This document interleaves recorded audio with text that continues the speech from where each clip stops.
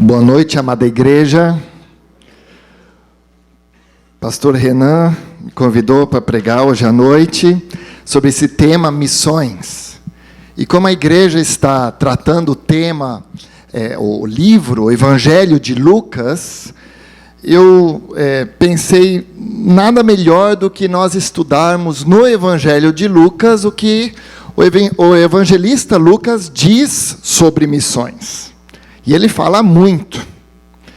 O tema missões, rapidamente, quando ele é mencionado, eu penso sobre o cansaço que muitas igrejas estão tendo com o tema missões.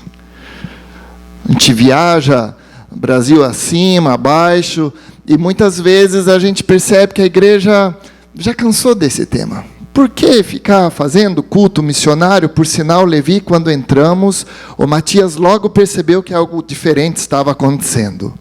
E me perguntou: papai, por que o Levi está vestido feito mulher? Falei: depois eu te explico, filho.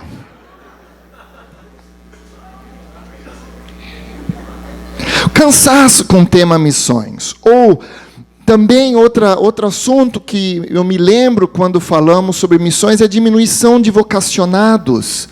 Eu mesmo sou professor de uma escola de missões e nós sofremos com isso. Cada vez menos pessoas no Brasil, após um boom na década de 80, 90, a partir dos anos 2000 para frente, há um declínio de pessoas interessadas em dedicarem a sua vida para missões. A Beth é hoje uma exceção. Nós temos poucos missionários sendo enviados pelo Brasil, levando em conta a quantidade, o número de crentes que nós temos nesse país. Muitas vezes nós nos colocamos na posição confortável. O Brasil é um grande enviador de missionários, mas percentualmente não é. Nós ainda temos muito poucos missionários sendo enviados para o campo. O tema missões me faz refletir sobre a perda da atratividade da igreja evangélica aqui no Brasil. Quando eu vim para João Pessoa e fui alugar uma casa, o proprietário me perguntou: o que você faz? Eu falei: eu sou pastor. Eu falei: não alugo não. Para pastor não alugo não. Ele falou: não, mas além de pastor eu sou professor também de seminário. Talvez. Perda da atratividade da igreja. O que está acontecendo? E por fim, eu acredito que nós estamos, de alguma maneira, vivendo numa crise de identidade. Nós como cristãos. E nada melhor, então, do que nós olharmos para o Evangelho de Lucas. Porque existem alguns paralelos no Evangelho de Lucas. O Evangelho de Lucas foi escrito relativamente tarde, por volta do século 80, do ano 80 do século I, portanto, já 50 anos após a ascensão de Cristo. Meio século depois. O cristianismo, que havia começado com um movimento de renovação dentro do judaísmo, onde muitos judeus no início estavam se convertendo, agora já tinha se tornado uma igreja estrangeira, onde mais gentios eram cristãos do que judeus. Mas não só isso, a igreja agora não era mais uma igreja de primeira geração. Não eram aqueles que recém-convertidos que faziam o corpo da igreja, e sim a segunda geração. E nós temos alguns indícios no Evangelho de Lucas que essa igreja tinha perdido o seu fervor, a sua dedicação ao Evangelho. Será que aquela igreja, pelo passar do tempo e as transformações da comunidade, também estava vivendo uma crise de identidade? Quem somos nós? Qual é o nosso papel? E essa é uma pergunta que a igreja, na época Lucas se fazia e que nós devemos nos fazer também. Por isso eu convido, então, a amada igreja a abrir as suas Bíblias na grande comissão de Lucas. Lucas, capítulo 24, a partir dos versículos 44, eu gostaria de ler. Lucas 24, a partir dos versículos 44. O texto, na Nova Versão Internacional, diz o seguinte: E disse-lhes: Foi isso que eu lhes falei enquanto ainda estava com vocês. Era necessário que se cumprisse tudo o que a meu respeito está escrito na lei de Moisés, nos profetas e nos salmos.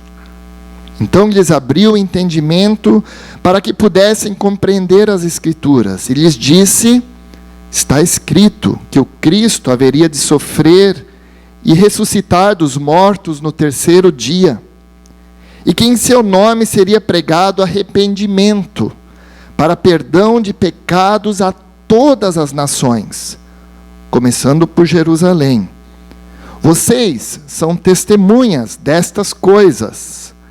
Eu lhes envio a promessa de meu Pai, mas fiquem na cidade até serem revestidos do poder do alto.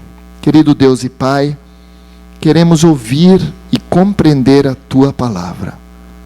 Que o Teu Espírito Santo seja o intérprete desse texto, Pai. Ajude a mim a falar aquilo que Tu queres. E ajude a cada um aqui a entender aquilo que Tu tens para cada um, Senhor. Em nome de Jesus. Amém. Esse texto de Lucas 24 não é o texto clássico que nós lemos num culto de missões, apesar de ser o texto da grande comissão de Lucas. É o texto paralelo a Mateus 24, por exemplo. E eu gostaria de estudar ele passo a passo, como ele está sendo redigido aí nessa passagem que nós lemos. E o primeiro ponto seria: Lucas nos oferece o fundamento da missão. Ele 2 vezes nesse texto diz: está escrito. No versículo 44, 45, ele diz: era necessário que se cumprisse tudo o que a meu respeito está escrito na lei de Moisés, nos profetas e nos salmos. Essa divisão solene das Escrituras, na lei de Moisés, dos profetas e de salmos, é a clássica divisão da Bíblia hebraica. O que quer dizer toda a Escritura. Portanto, Lucas está dizendo aqui: todas as Escrituras da Bíblia hebraica dão testemunho de Jesus e de sua missão. Missões não é algo que aconteceu, iniciou somente no final da vida de Jesus. Missões nós encontramos desde a primeira página da Bíblia, onde inicia a missão de Deus com essa humanidade. E ela só vai terminar em Apocalipse capítulo 24, quando todos nós estaremos na presença do Senhor, adorando e louvando a Ele. Ali missões vão ter acabado. Portanto, desde o início da humanidade, de todas as Escrituras dão testemunho de Jesus e de sua missão. Mas o texto, ele vai mais além e diz: está escrito que o Cristo haveria de sofrer, ressuscitar dos mortos no terceiro dia, e que em seu nome seria pregado o arrependimento para perdão de pecados. Missões não é somente o cumprimento das Escrituras, mas aqui Lucas nos diz que a vida, a morte e a ressurreição de Jesus Cristo estão no centro da missão. Jesus Cristo é o cumprimento das Escrituras, e 3 verbos aqui nos revelam o propósito missionário de Deus: sofrer na crucificação, ressuscitar ou ressurgir e pregar. A proclamação do Evangelho faz parte do plano salvífico de Deus. Nós falamos muito sobre vida, morte e ressurreição, e esquecemos que existe a proclamação que faz parte desse plano salvífico de Deus. A vida, a morte e a ressurreição de Jesus Cristo, sem a proclamação, fica sendo um segredo guardado para nós, que a humanidade não tem acesso a ele. Vida, morte, ressurreição e pregação andam de mãos dadas. Portanto, o fundamento que Lucas dá aqui para a missão é cumprimento das Escrituras e vida, morte e ressurreição de Cristo. E qual seria o conteúdo da mensagem? O conteúdo da missão? O verso 47 nos diz que em seu nome seria pregado o arrependimento para perdão dos pecados. Arrependimento para perdão de pecados. O arrependimento, a metanoia no grego, tem uma posição de destaque, principalmente nos sermões missionários de Atos, escritos pelo mesmo Lucas. Nós vamos ver Pedro, na pregação de Pentecostes, dizendo ao povo: arrependam-se. Ou na pregação do templo, ele dizendo: arrependam-se, pois, e voltem-se para Deus, para que os seus pecados sejam cancelados. Ou quando Pedro responde a Simão, o mago, ele diz: arrependa-se da sua maldade e ore ao Senhor. Talvez ele lhe perdoe tal pensamento do seu coração. Mais tarde, Lucas nos relata em Atos 10, todos os profetas dão testemunho dele, de que todo que nele crê recebe o perdão dos pecados mediante o seu nome. O Paulo, em Antioquia, na Pisídia, diz: quero que saibam que mediante Jesus lhes é proclamado o perdão dos pecados. O Paulo, em Atenas, no passado, Deus nos levou em conta essa ignorância, mas agora ordena que todos em todo lugar se arrependam, pois estabeleceu um dia em que há de julgar o mundo com justiça por meio do homem que designou. E deu provas disso a todos, ressuscitando dentre os mortos. Ou quando Paulo se despede dos presbíteros de Éfeso, ele diz: testifiquei tanto a judeus como a gregos que eles precisam converter-se a Deus com arrependimento e fé em nosso Senhor Jesus. E no final, já em Atos 26, Paulo perante Agripa, ele diz: eu o livrei do seu próprio povo e dos gentios, aos quais eu o envio, para abrir-lhes os olhos, e convertê-los das trevas para a luz, e do poder de Satanás para Deus, a fim de que recebam o perdão dos pecados e herança entre os que são santificados pela fé em mim. Esse é o conteúdo da missão.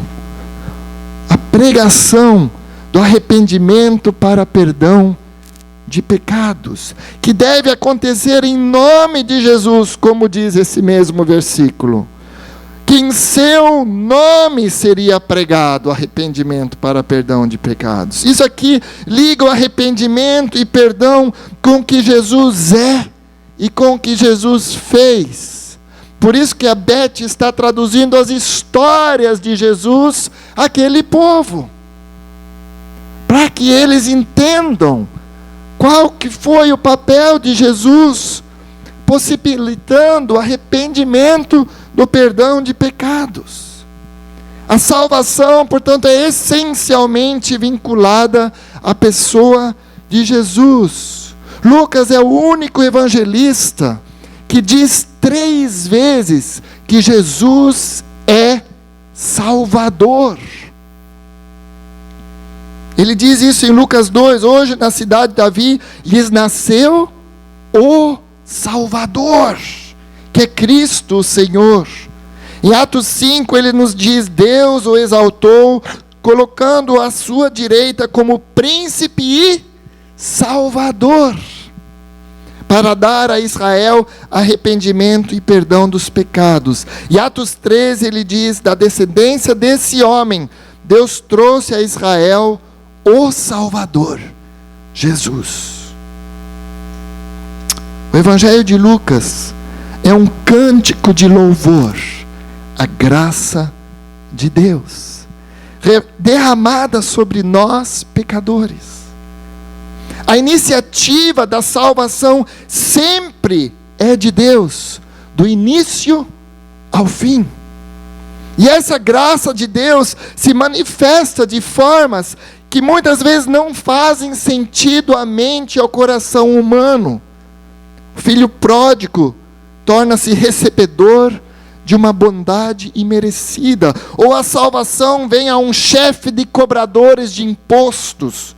Ou um criminoso desprezível recebe perdão e a promessa do paraíso na hora da morte, sem qualquer possibilidade de fazer restituição de seus atos maldosos.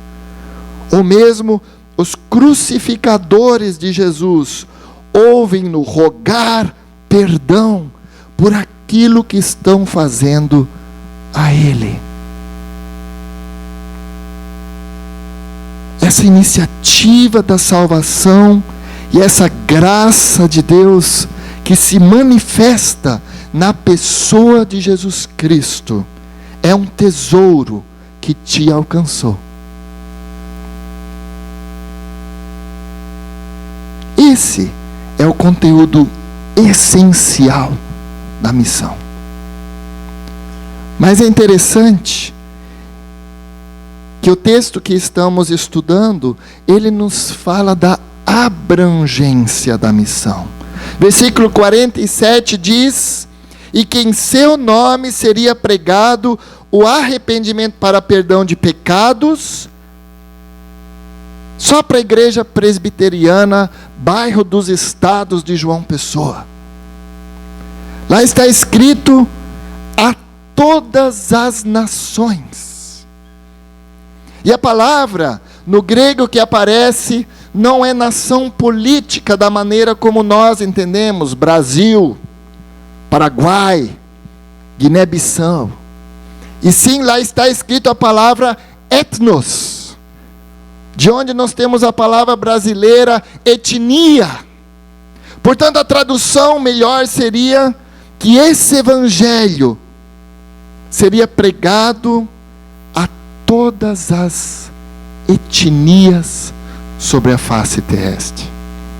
Aos cubanes, aos fulanes, aos sertanejos, aos indígenas, aos alemães que também precisam, a todas as etnias. Agora existe um problema aqui. O Evangelho de Lucas só menciona uma única visita de Jesus a um território não judaico, que é a terra dos Gerazenos, em Lucas 8. De resto, Jesus permaneceu durante todo o seu ministério no Evangelho de Lucas em solo judaico. E algumas pessoas dizem, como que Jesus pode dizer que esse evangelho será pregado a todas as etnias, se ele mesmo nem saiu de solo judaico? Pior ainda, de forma explícita, a missão aos gentios só é mencionado uma única vez no Evangelho de Lucas, exatamente nesse texto de Lucas 24, 47. Mas o que esses comentaristas esquecem? Que Lucas não escreveu apenas o Evangelho de Lucas. Ele escreveu um segundo livro, logo na sequência, que é o livro de Atos dos Apóstolos. Enquanto o Evangelho de Lucas nos leva até o limiar da missão aos gentios, o livro de Atos nos conta essa missão aos gentios em todos os detalhes. Por isso podemos afirmar que Lucas considera a missão de Jesus universal, sim. Mas essa missão aos gentios é tarefa da igreja e não do Jesus histórico. É tarefa sua e tarefa minha. E para que essa missão aos gentios pudesse acontecer, foi necessário que várias barreiras fossem rompidas. Vamos olhar somente duas barreiras que precisaram ser rompidas para que esse evangelho pudesse chegar aos gentios. A primeira barreira que precisava ser rompida era a barreira cultural. Os judeus tinham muita dificuldade de aceitar que gentios, ou pior ainda, samaritanos, também fossem receptores da graça de Deus. Mas é exatamente os samaritanos que parecem ter destaque no ministério de Jesus, conforme descrito no Evangelho de Lucas. Para judeus nacionalistas, samaritanos eram piores do que gentios. Isso porque eles profanaram o templo judaico. Eles mataram peregrinos judaicos. E justamente com esses samaritanos, Jesus se envolve durante o seu ministério terreno. Temos diversos encontros de Jesus com os samaritanos relatados na jornada de Jesus da Galileia a Jerusalém, os capítulos 9 até o capítulo 19. Eu quero mencionar só dois bastante conhecidos. A parábola do bom samaritano, Lucas 10. Nos termos da religião judaica, samaritanos eram inimigos, não só dos judeus, mas inimigos de Deus. O samaritano está no ponto mais distante da lei judaica. Ele está na base da hierarquia moral e religiosa dentro da cosmovisão judaica. Já o sacerdote e o levita estão no topo. Eles são os que estão mais próximos de Deus. E é interessante que nessa parábola, justamente o samaritano que é descrito como bom. Nós temos um segundo relato, bastante interessante, onde Jesus nos diz algo sobre os samaritanos. Lucas 17, a cura dos 10 leprosos. Nesse relato, o horror da lepra serviu para apagar as diferenças entre judeus e samaritanos. Pois nessa história de Lucas 17, ela nos sugere que os 10 leprosos, sendo 9 judeus e somente um samaritano, eles viviam juntos. Parece que a lepra permitia isso. E todos eles são curados e devem se mostrar aos sacerdotes. E o interessante é que apenas um samaritano retorna para agradecer a Deus. Quem era? Era o leproso samaritano. E Atos 1:8, já na grande comissão do livro de Atos, o Senhor ressurreto anuncia que depois de Jerusalém e da Judéia, quem seria receptor do Evangelho? A Samaria. A missão aos samaritanos é uma ruptura fundamental com os preceitos, com as barreiras culturais e religiosas dos judeus. Mas Lucas não rompe, ou não relata somente no ministério de Jesus, o rompimento de culturas, de barreiras culturais. Lucas nos relata também que para que o Evangelho pudesse chegar a todas as nações, havia necessidade do rompimento de barreiras sociais. Lucas dá grande ênfase, por exemplo, às mulheres, ou mesmo aos pobres. Essa temática, pobres, ricos, parece que Lucas dá uma atenção especial a ela. A palavra pobre, em grego, tokos, ela aparece 10 vezes no Evangelho de Lucas. Nos outros evangelhos, somente 5 vezes. E nessas 10 vezes, Lucas enfatiza uma certa necessidade, uma certa relação especial com esses pobres. Por exemplo, no Cântico de Maria, logo no início, em Lucas 1, diz: encheu de coisas boas os famintos, mas despediu de mãos vazias os ricos. João Batista nos diz mais tarde em Lucas 3, deem frutas que mostrem o arrependimento. Perguntavam as multidões, o que devemos fazer então? João respondia, quem tem 2 túnicas, dê uma a quem não tem nenhuma. E quem tem comida, faça o mesmo. Nas bem-aventuranças, Lucas diz, mas ai de vocês, os ricos, pois já receberam sua consolação.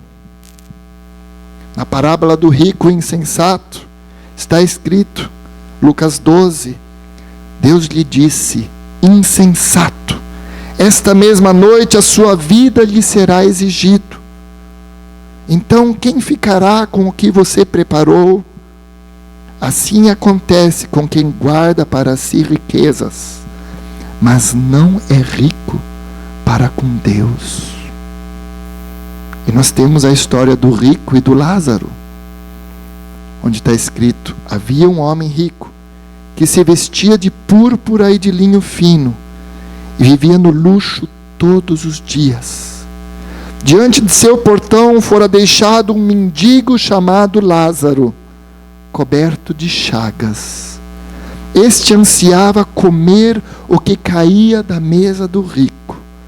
Até os cães vinham lamber suas feridas. E nós conhecemos o restante da história, de qual maneira esse Lázaro recebe e é exaltado na história. Lucas 16. Da mesma forma, o rico aparece muito no Evangelho de Lucas. E ele é descrito muitas vezes de maneira um pouco deselegante. Lucas 8, o rico leva um estilo de vida hedonista.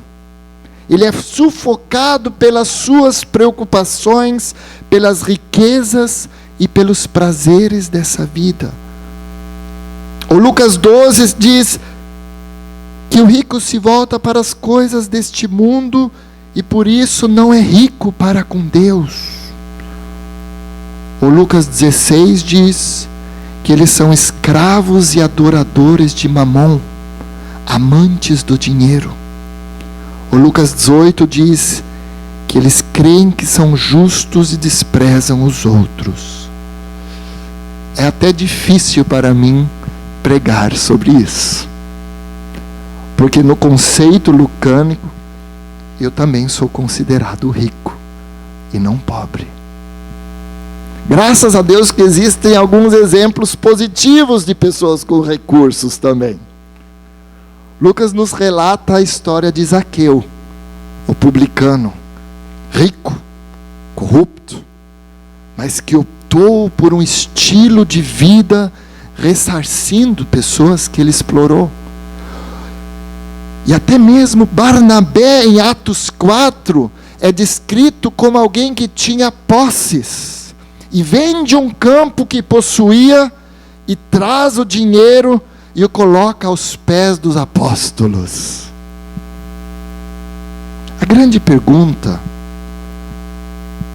que fica para nós hoje é: quais barreiras o Evangelho precisa quebrar na minha vida para que eu esteja disposto de pregar o arrependimento do perdão dos pecados a todas as nações? Porque muitas desculpas que nós damos são desculpas culturais ou sociais. Eu não sirvo para viver com gente tão simples. Eu não aprendo a língua desse povo. Eu não gosto de gente que não come cuscuz no café da manhã. Eu sinto falta de arroz e feijão. Fiquei 3 anos e meio na Alemanha sem comer arroz e feijão. Vocês não sabem como é. E aí chegar no Brasil, comer arroz e feijão e um belo de um rodízio. Tem coisa melhor. Quais barreiras culturais, sociais, Deus precisa quebrar na nossa vida para que estejamos dispostos a obedecer ao seu ide e de pregar o arrependimento dos pecados a todas as etnias? Mas o texto continua. O versículo 47 diz que em seu nome seria pregado arrependimento para perdão de pecados a todas as nações, começando por Jerusalém. Muito interessante que Jerusalém tem uma importância especial como ponto geográfico, tanto no livro de Lucas, no Evangelho de Lucas, quanto em Atos dos Apóstolos. Podemos até mesmo dizer que Lucas e Atos nos são apresentados por meio de um esboço geográfico, onde Jerusalém tem um lugar de destaque. Vejamos, Lucas, o ministério de Jesus se desenvolve no caminho da Galileia para Jerusalém. Dos capítulos 4 a 9, nós vemos o ministério de Jesus na Galileia. Nos capítulos 9 a 19, na jornada da Galileia para Jerusalém. E no final do livro, a partir do capítulo 19, os acontecimentos em Jerusalém. Depois, Atos nos relata o ministério missionário da igreja que se desenvolve no caminho de Jerusalém para Roma. Primeiro, o nascimento e o crescimento da igreja em Jerusalém. Depois, a expansão da igreja para Samaria e para as planícies litorâneas até chegar a Antioquia. E por fim, então, o avanço missionário em diversas direções até a chegada de Paulo a Roma. O que nos faz pensar que a expansão do Evangelho, conforme ela está sendo descrita no Evangelho de Atos, no Evangelho de Lucas e no livro de Atos, ela acontece no caminho. On the road, em inglês. No caminho. Ela não acontece de uma igreja parada no seu lugarzinho e sem ter em vista esse caminho. Esse evangelho no caminho é tão importante que no final de Lucas 24, no final de Lucas, no capítulo 24, nós temos aquela célebre história da caminhada dos discípulos de Jerusalém para Emaús. E onde Jesus nos dá um exemplo clássico, como que acontece esse evangelho no caminho. Jesus se aproxima daqueles discípulos, ele acompanha a jornada deles, ele demonstra interesse no diálogo que estava sendo travado, ele observa a tristeza daquelas duas pessoas e mostra solidariedade com elas. Que é isso que vos preocupa? E de que ides tratando à medida que caminhais? Ele faz perguntas então. Ele compartilha sua reflexão a partir das Escrituras. Ele aceita a hospitalidade na comunhão íntima ao redor da mesa. E ele deixa os discípulos, por fim, tirarem suas próprias conclusões daquele encontro. O Evangelho no caminho. Meus amados, quantas vezes nós temos deixado as nossas barreiras culturais, sociais, os nossos pressupostos impedirem que o Evangelho caminhe, que ele avance, que ele ande.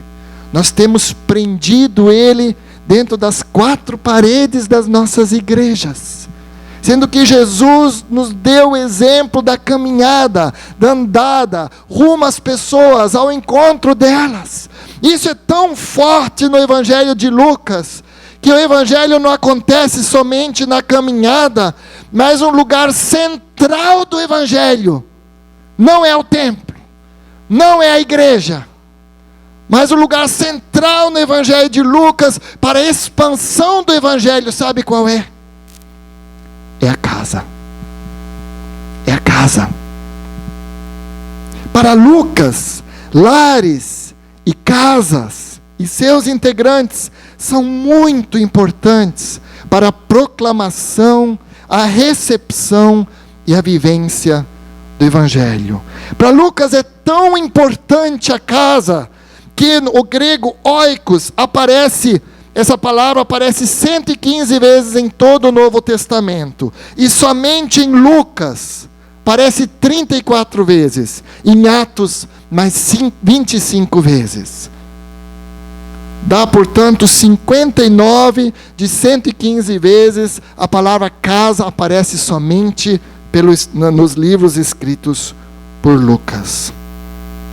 A casa é o lugar onde acontece ensino e oração. Veja Atos 12, a casa de Maria. A casa é o lugar onde acontece a cura da sogra de Simão Pedro. Lucas 4. A casa é o lugar da comunhão à mesa. E quantas vezes Jesus comeu na mesa das pessoas? Ele comeu à mesa de Levi. Ele comeu à mesa de fariseus. Lucas 7, Lucas 11, Lucas 14. Ele comeu à mesa de Zaqueu. Lucas 19. Atos 2 nos relata que a igreja primitiva partia o pão de casa em casa e tomava suas refeições com alegria. Pedro atravessou barreiras religiosas comendo na casa de um curtidor, Simão de Jope, em Atos 9. As barreiras culturais foram ultrapassadas quando Pedro comeu na casa de um centurião romano, em Cesareia, Atos 10. E os discípulos comiam tanto uns nas casas dos outros, e o evangelho crescia tanto nas casas, que os líderes judeus criticam Pedro em Atos 11, dizendo o seguinte: entraste em casas de homens incircuncisos e comeste com eles. A casa, inclusive, é o lugar descrito onde nascem as novas igrejas. Atos 1, Atos 2, diz: o evangelho se espalhou de casa em casa. Atos 20 nos diz que o evangelho alcançou as casas de Damasco. Atos 17, as casas de Tessalônica. Atos 18, as casas de Corinto. Atos 20, as casas de Troade. Atos 20 também as casas de Éfeso. E Atos 28, as casas de Roma. Não é de estranhar, portanto, que em Lucas 10, quando Jesus dá instrução aos seus discípulos que são enviados em missão, ele diz o seguinte, Lucas 10, 5, ao entrardes numa casa, dizei antes de tudo, paz seja nesta casa. Meus amados, eu quero nos desafiar nessa noite, não somente a rompermos barreiras culturais, sociais, mas a redescobrirmos o evangelho do caminho, o evangelho que se expande nas casas. Nós temos relegado as casas para segundo plano, concentrando todas as nossas atividades nos templos.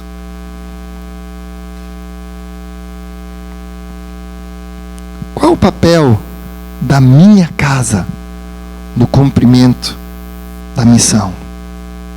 Sua casa tem estado aberta? Sua casa tem sido um lugar de ensino, de comunhão à mesa, talvez até mesmo do início do nascimento de novas igrejas? Graças a Deus que essa igreja tem essa consciência. E a partir das próximas semanas está sendo lançado esse projeto Igreja nas Casas. Eu só posso desafiar os irmãos a levarem isso a sério, porque é o exemplo que Lucas e o seu evangelho nos deixam.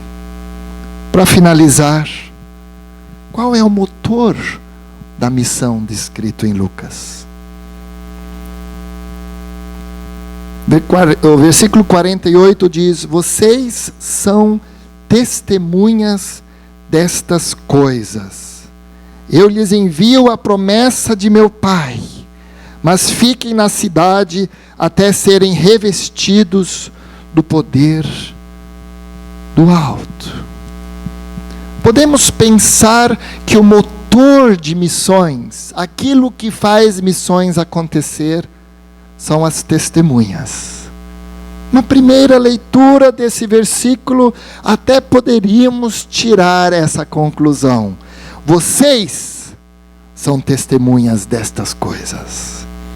Nos lembramos imediatamente de Atos 1:8. E sereis minhas testemunhas.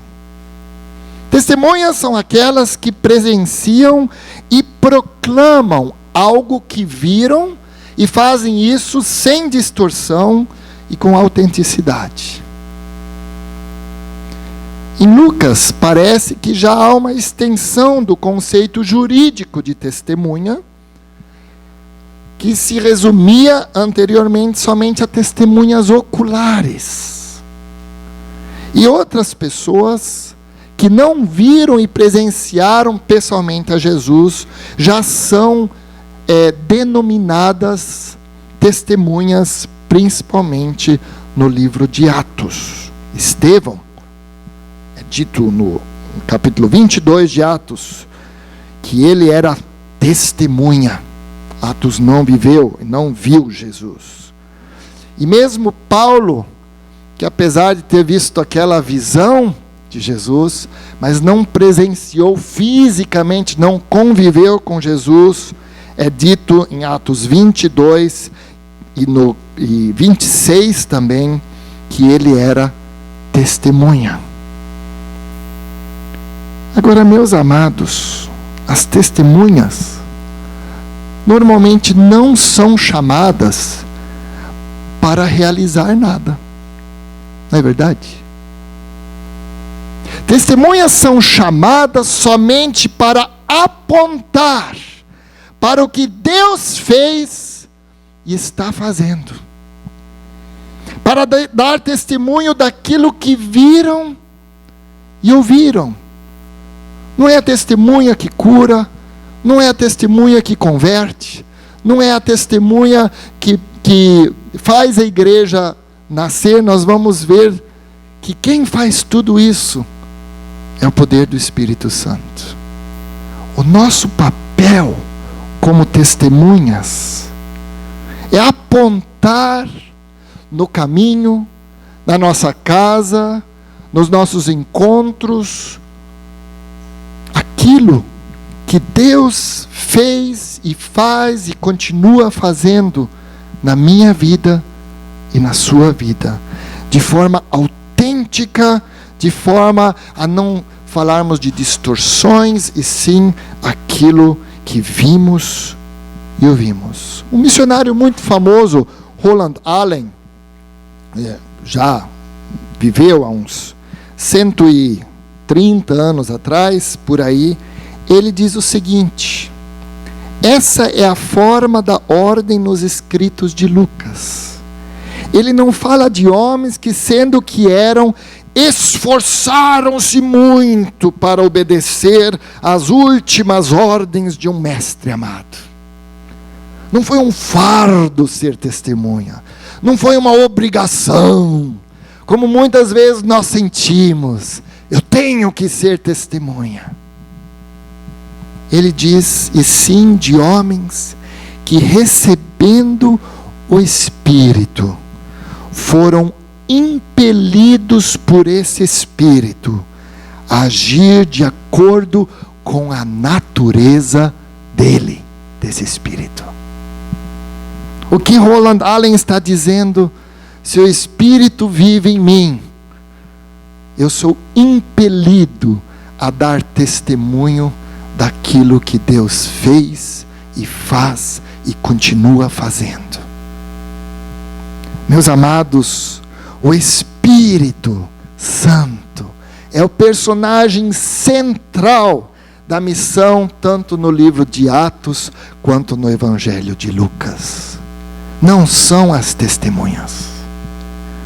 Não é à toa que esse livro termina dizendo: eu lhes envio a promessa de meu Pai, mas fiquem na cidade até serem revestidos do poder do alto. O papel preponderante do Espírito Santo na missão fica evidente, especialmente no livro de Atos.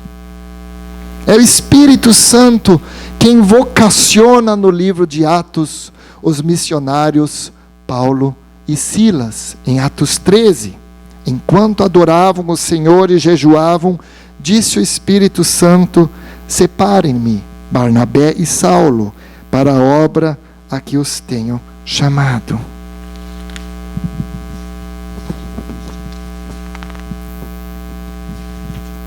É o Espírito Santo que envia os missionários ao campo. Atos 13, 4 diz: enviados pelo Espírito, desceram a Seleucia e dali navegaram para Chipre. Atos 13, 4. É o Espírito Santo que dirige os missionários. Atos 16, 6 e 7 diz: Paulo e seus companheiros viajaram pela região da Frígia e da Galácia, tendo sido impedidos pelo Espírito Santo de pregar a palavra na província da Ásia. E quando chegaram à fronteira da Mísia, tentaram entrar na Bitínia, mas o Espírito de Jesus os impediu. Atos 1:8 nos diz que é o Espírito que nos dá autoridade no campo missionário, mas receberão poder quando o Espírito Santo descer sobre vocês, e serão minhas testemunhas. Aqui não diz, você vai ser talvez. Se o Espírito Santo descer sobre vocês, vocês serão minhas testemunhas em Jerusalém, em toda a Judéia e Samaria e até os confins da terra. É o Espírito Santo que guia as pessoas receptivas ao Evangelho. Por exemplo, Filipe é enviado ao Etíope em Atos 8. Paulo é enviado a Troade em Atos 16. Paulo é enviado à casa de Lídia em Atos 16 também. E Silas e Paulo são enviados à casa do carcereiro pelo Espírito. É o Espírito Santo que dá intrepidez para anunciar o Evangelho. Atos 4, Atos 9, Atos 13, Atos 14, Atos 18, Atos 19 nos diz isso. Não é porque aqueles missionários eram mais corajosos do que os outros, ou eram mais santos, ou eram melhores. É o Espírito Santo que faz nascer novas igrejas. Atos 14, 27. Portanto, é o Espírito que inicia, que orienta, que capacita, que controla a missão. Um missiólogo da África do Sul, David Bosch, ele diz o seguinte: o dom do Espírito é o dom de engajar-se na missão, pois a missão é a consequência direta do derramamento do Espírito. Nós aqui nessa igreja não cremos no batismo do Espírito Santo, num segundo batismo. Nós cremos que todo aquele que crê e vive e recebeu a graça, a salvação do Senhor Jesus Cristo sobre a vida, nele habita o Espírito. Portanto, todos nós deveríamos ter o dom do testemunho, se é a consequência natural do Espírito na minha vida. Meus amados, o Evangelho de Lucas é muito desafiador se nós olharmos sob uma perspectiva com um óculos missionário. O Evangelho de Lucas nos dá um fundamento. Está escrito. E Jesus Cristo viveu, morreu, ressuscitou, e por isso será pregado o arrependimento dos pecados a todas as etnias. O Evangelho de Lucas nos desafia a rompermos as nossas barreiras. E elas existem na minha vida, na sua vida. Me desafia a romper barreiras culturais, barreiras sociais, barreiras religiosas, para ir ao encontro das pessoas que ainda não conhecem a Cristo. O Evangelho de Lucas me desafia a tirar o Evangelho da prisão nas quatro paredes da igreja, para que esse Evangelho seja pregado on the road, caminhando. Jesus Cristo mesmo era chamado o caminho. E os primeiros cristãos no livro de Atos foram denominados cristãos, mas em outra passagem diz, aqueles que estavam no caminho. E esse caminho leva a minha casa e a sua casa. Lá é o quartel-general de missões. Muitas vezes nós deixamos a nossa casa como nosso reduto pessoal, nossa intimidade. A igreja aqui, não. Entrar gente de outra raça, de outra cultura, de outra classe social, na minha casa, não. Já é difícil na igreja, né? Quanto mais na minha casa. Mas o Evangelho de Lucas nos mostra que a casa era o lugar principal de pregação, de recepção e de nascimento de novas igrejas. Precisamos redescobrir o oikos, os nossos lares, como instrumento missionário. O Evangelho de Lucas nos ensina que não são as testemunhas o motor da missão. Não é o teu esforço e o meu. Não é a obrigação colocada sobre a tua vida e sobre a minha. Não é ela. E sim, você está sendo desafiado, chamado a ser testemunha fiel, autêntica daquilo que Cristo fez e fará na tua vida. E o que te impele para as pessoas para contar sobre isso, não é o teu esforço, mas é a ação do Espírito Santo sobre a tua vida. E se isso não está acontecendo na minha vida, eu preciso me perguntar: será que o Espírito está tendo liberdade de ação na minha vida? Queridos irmãos, essas são algumas reflexões sobre o Evangelho de Lucas que me desafiaram durante essa semana. Não é fácil ler o que Lucas fala sobre ricos e pobres. Isso mexe com a gente. E o meu papel? O que eu estou fazendo aqui? Quais são os meus valores? Em cima do que eu tenho pautado a minha vida? Quais são os meus sonhos? O que tem sido importante para mim?